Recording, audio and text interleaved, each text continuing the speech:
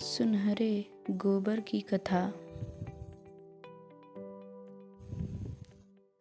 एक बार की बात है, किसी शहर में एक बड़े से पेड़ पर एक पक्षी रहता था जिसका नाम था सिंदूक। सबसे चौंकने वाली बात यह थी कि उस पक्षी का मल सोने में बदल जाता था। यह बात किसी को भी पता नहीं था। एक बार उस पेड़ के नीचे से एक शिकारी गुजर रहा था। शिकारी उस पेड़ के नीचे आराम करने के लिए ठहरा।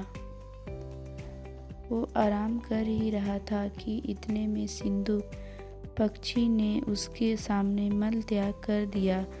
जैसे ही पक्षी का मल जमीन पर पड़ा, वो सोने में बदल गया। यह देखते ही शिकारी बहुत खुश हुआ और उसने उस पक्षी को पकड़ने के लिए जाल बिछाया। सिंदूक जाल में फंस गया और शिकारी उसे अपने घर ले आया। पिंजरे में बंद सिंदूक को देख शिकारी को चिंता सताने लगी कि अगर राजा को इस बारे में पता चला तो वो न सिर्फ सिंदूक को दरबार में पेश करने को कहेंगे, बल्कि मुझे भी सजा देंगे।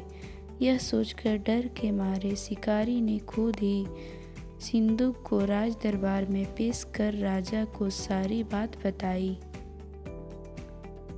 राजा ने आदेश दिया कि सिंदूक को सावधानी से रखा जाए और उसे अच्छे से खाना खिलाया जाए। ये सब सुनने के बाद मंत्री ने राजा को कहा, आप इस बेवकूफ़ शिकारी की बात पर भरोसा मत कीजिए।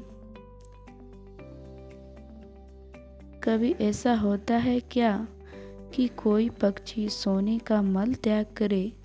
इसलिए अच्छा होगा कि इसे आज़ाद करने का आदेश दें।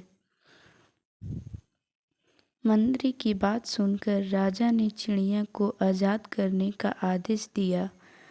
सिंदूक उड़ते उड़ते राजा के दरवाजे पर सोने का मल त्याग करके गया।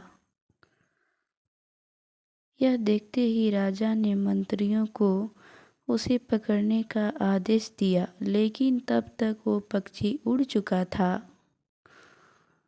उड़ते उड़ते सिंदूक कह गया, मैं बेवकूफ़ था जो शिकारी के सामने मल त्याग किया। शिकारी बेवकूफ़ था जो मुझे राजा के पास ले गया। राजा बेवकूफ़ था जो मंत्री की बात में आ गया। सभी बेवकूफ़ एक जगह ही। कहानी से सीख।